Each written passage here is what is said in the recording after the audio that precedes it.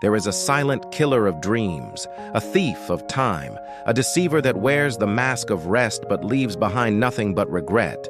It doesn't shout, it whispers. You can do it tomorrow. Its name is procrastination. Every single day, millions of people postpone the very thing that could change their lives. We delay the workout. We put off the business idea. We skip the call, the email, the plan. We scroll instead. We sleep instead. We distract ourselves with things that feel comfortable but cost us everything. But what if I told you procrastination is not the enemy? What if I told you it's just a symptom, and if you want to beat it, you have to go deeper? 1. Face the fear behind it. Procrastination often isn't laziness.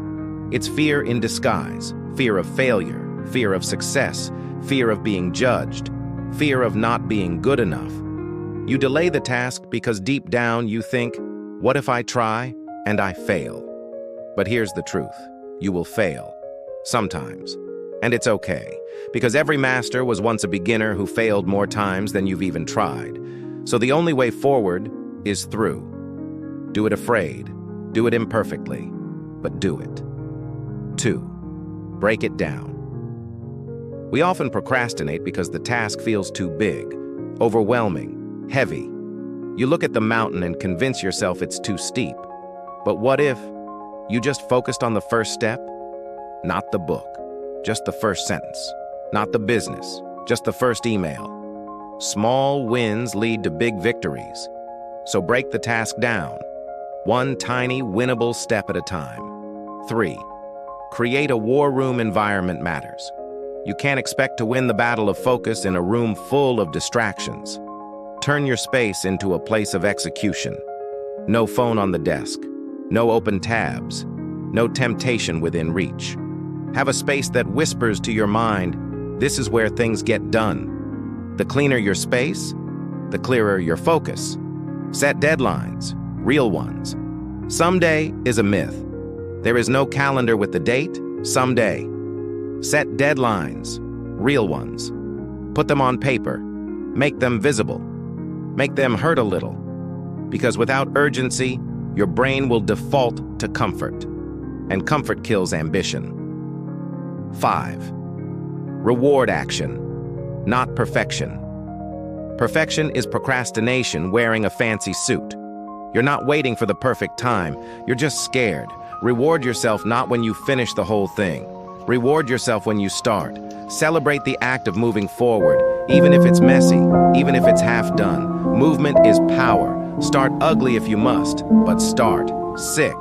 Use pain as a motivator. Let me ask you something. What is procrastination costing you? Opportunities, income, health, time with loved ones? Feel that. Let the weight of wasted time hit you, not to feel guilt, but to ignite hunger. Because sometimes the pain of staying the same must become heavier than the pain of change. 7. Time block your day. If you don't run your day will run you. Structure your hours.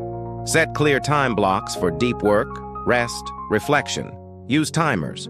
Use alarms. Guard your time like your life depends on it, because it does.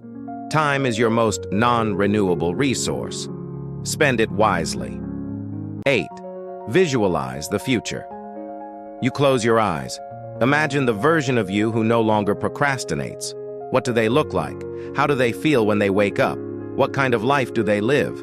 Now open your eyes and remember, you don't become them by thinking. You become them by doing. Each small action is a brick, and day by day you build that person. 9. Forgive yourself. You've lost time. We all have. You could have done more. So could I. But regret will only paralyze you further. Forgive yourself for yesterday. Show up today. Every moment is a chance to begin again, and you are always one decision away from a new direction.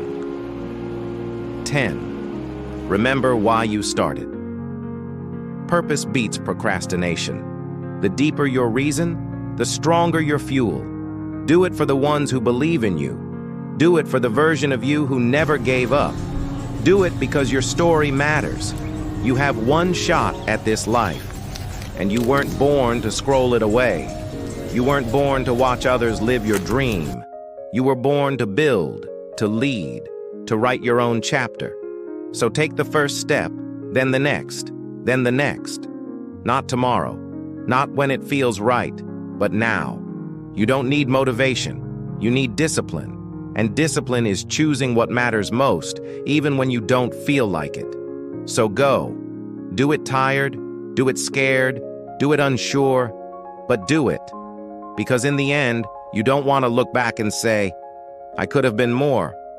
If only I started. Start now.